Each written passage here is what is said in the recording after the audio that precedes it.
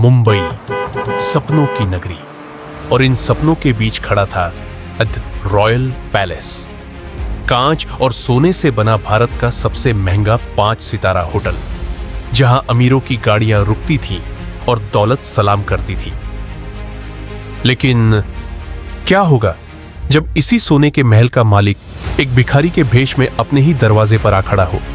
क्या उसे वो इज्जत मिलेगी जिसका वो हकदार है, या उसके फटे कपड़े उसकी पहचान बन जाएंगे? यह कहानी है एक इम्तिहान की, दौलत बनाम इंसानियत के इम्तिहान की।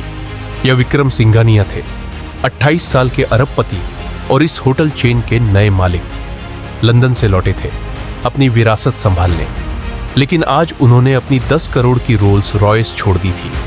चेहरे पर कालिक पोती, एक मजदूर के फटे कपड़े पहने और टूटी चप्पल में अपने ही होटल के गेट पर पहुंच गए। मकसद सिर्फ एक था, यह देखना कि मेरा स्टाफ इंसान की कद्र करता है या सिर्फ ब्रांडेड कपड़ों की। जैसे ही विक्रम गेट पर पहुंचे, वहां खड़े 2 हट्टे कट्टे बाउंसर शेरा और रॉकी यमदूत की तरह सामने आ गए। शेरा गरजा, ए भिखारी, पीछे हट, यह मंदिर नहीं है, निकल यहां से। विक्रम ने एक गरीब की तरह गिड़गिड़ाते हुए सिर्फ पानी मांगा, लेकिन जवाब में उसे गालियां मिली और एक जोरदार धक्का। अरबों का मालिक सड़क की धूल छाट रहा था, लेकिन विक्रम का इम्तिहान अभी शुरू हुआ था। वह उठा और धूल झाड़कर नजरें बचाकर लॉबी में घुस गया। अंदर का नजारा जन्नत जैसा था, लेकिन लोगों की सोच नरक से भी बदतर थी। विक्रम को देखते ही अमीर मेहमानों ने नाक सिकोड़ ली, और फिर एंट्री हुई विलेन की, मैनेजर राजीव खुराना। सूट लाखों का, मगर सोच 2 कौड़ी की। राजीव ने विक्रम को मखमली सोफे से ऐसे खींचा जैसे वो कोई गंदगी हो। विक्रम ने अपनी जेब से मुड़े तुड़े 500 रुपए निकाले। रुपए निकालकर कहा, साहब, मैं ग्राहक हूं, मेरे पास पैसे हैं। लेकिन राजीव ने वो नोट हाथ मारकर गिरा दिए। उसने आदेश दिया, इसे सबक सिखाकर बाहर फेंको। सिक्योरिटी गार्ड्स उसे घसीटते हुए होटल के पीछे ले गए, कचरे के ढेर के पास, और फिर शुरू हुई दरिंदगी। लात, घूंसे, डंडे। एक निहत्थे थे, कमजोर दिख रहे इंसान पर उन सब ने अपनी मर्दानगी दिखाई। विक्रम खून से लथपथ हो गया, दर्द से कराह उठा, लेकिन उसने अपनी पहचान नहीं बताई। वह देखना चाहता था कि ये लोग किस हद तक गिर सकते हैं। मैनेजर राजीव ने अधमरे विक्रम पर थूकते हुए कहा, दोबारा दिखा तो चोरी के इल्जाम में जेल भिजवा दूंगा। विक्रम कचरे के पास पड़ा था, बदन टूट चुका था। उसे लगा शायद इस महल में इंसानियत मर चुकी है। तभी वहां आया रामू काका, होटल का सबसे गरीब डिशवॉशर। उस बूढ़े आदमी ने डरते डरते अपनी पानी की बोतल विक्रम को दी और अपने गंदे रुमाल से उसका खून पोंछा।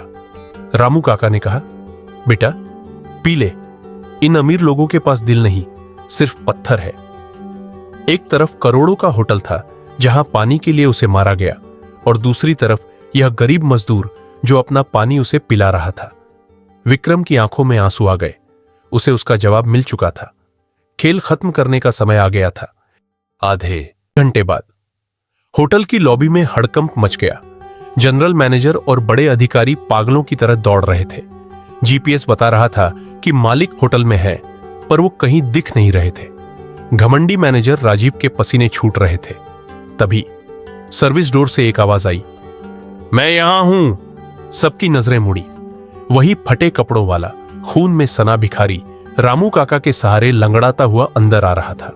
राजीव चिल्लाया, सिक्योरिटी, ये फिर आ गया। लेकिन तभी होटल का जीएम दौड़कर उस भिखारी के पैरों में गिर पड़ा। सर, आपकी यह हालत किसने की? पूरी लॉबी में मौत का सन्नाटा छा गया। बाउंसर्स के हाथ से डंडे छूट गए। राजीव का चेहरा सफेद पड़ गया। विक्रम सीधा खड़ा हुआ।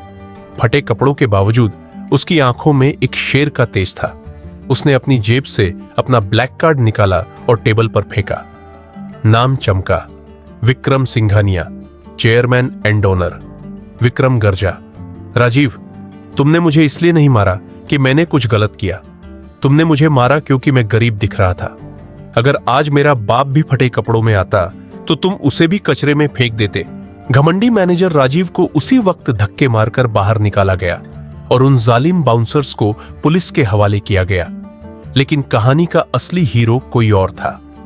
अरबपति विक्रम सिंघानिया उस गरीब डिशवॉशर रामू काका के सामने झुका और उनके हाथ पकड़कर उन्हें प्रणाम किया।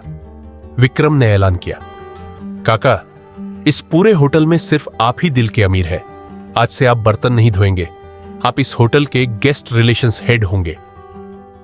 अगली सुबह होटल वही था, लेकिन उसकी रूह बदल चुकी थी। अब वहां कपड़ों को नहीं, इंसान को सलाम किया जाता था। उस दिन विक्रम सिंघानिया ने सिर्फ एक होटल नहीं सुधारा था, उसने साबित किया था कि इंसानियत की चमक सोने से कहीं ज्यादा होती है।